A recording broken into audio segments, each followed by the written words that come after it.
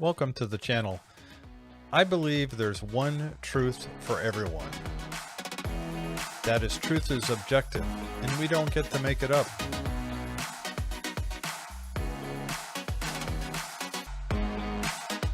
You can't handle the truth. For 40 years, I've been an Episcopalian.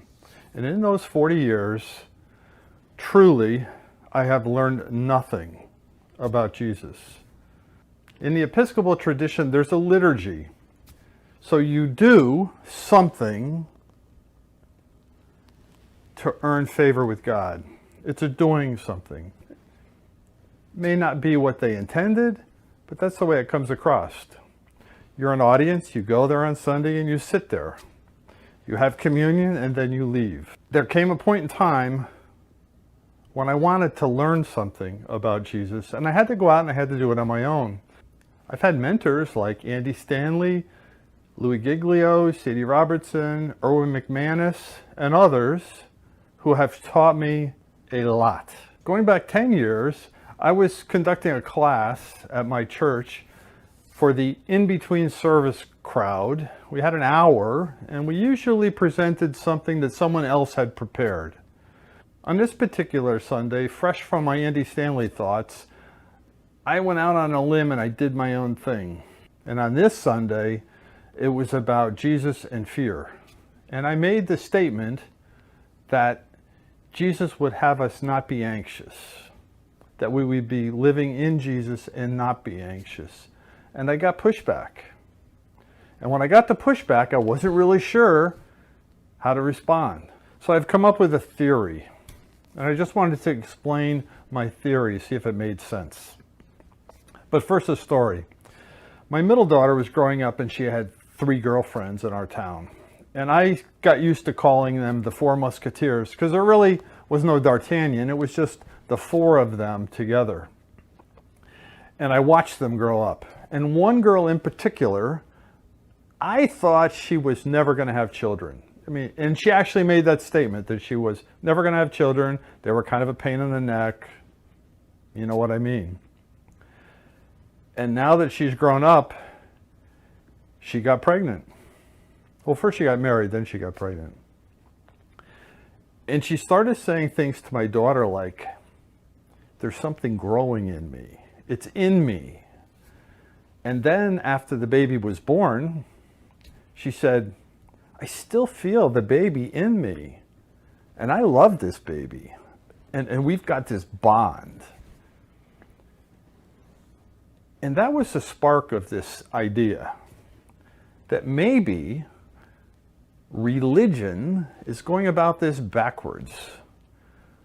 We're not starting at the beginning. So let me start at the beginning. We have this thing, we call it the Bible, and it's a collection of parchments, really.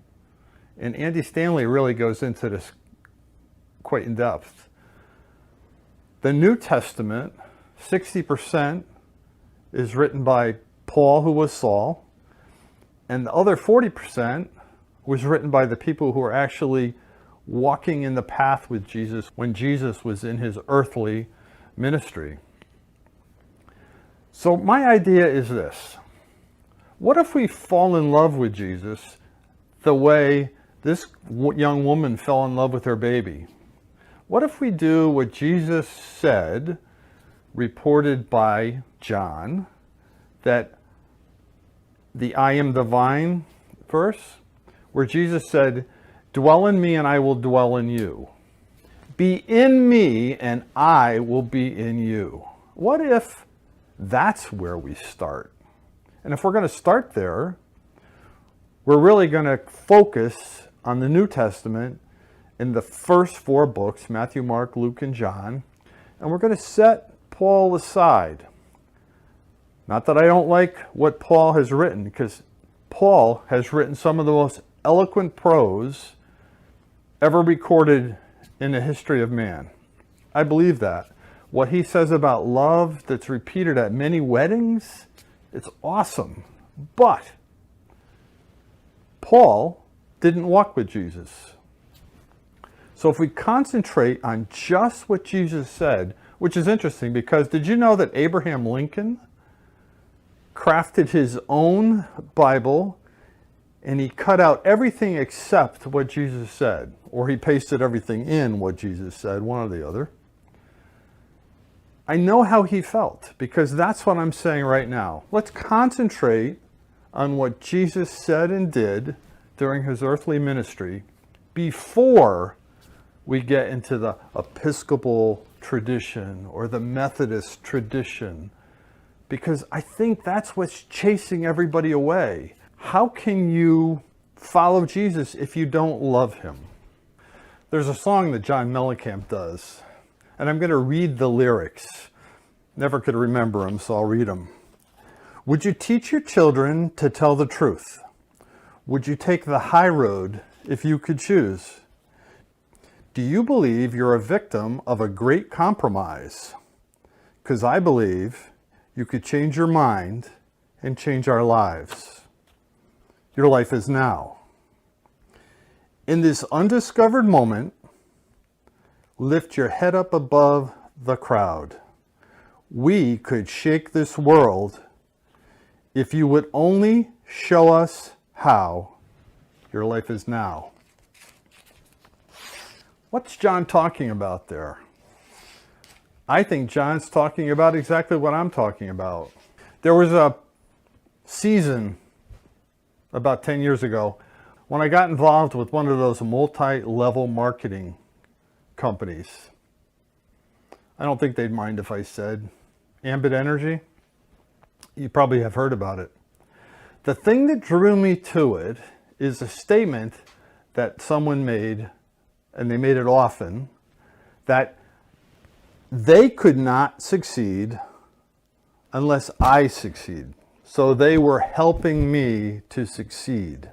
It didn't go anywhere, Ambit, with me, but that stuck with me.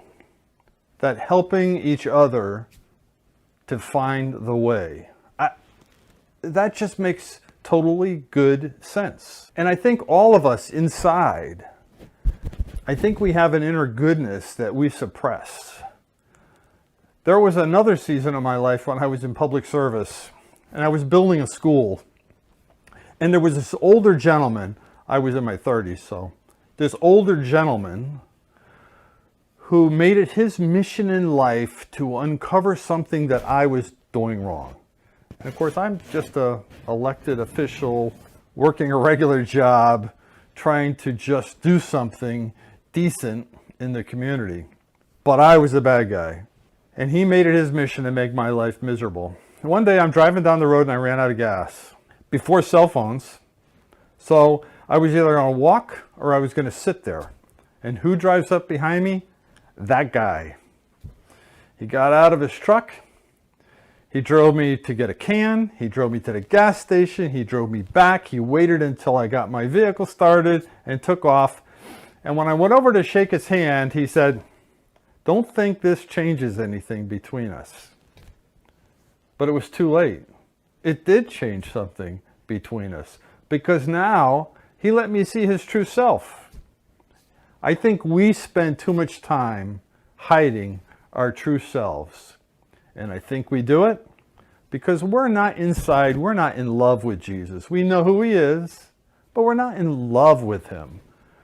And I think once we get in love with him, then we can move on to Paul. I think we'll then be better equipped to deal with some of the controversies that Gospel of Paul brings up. But that is a topic for another time.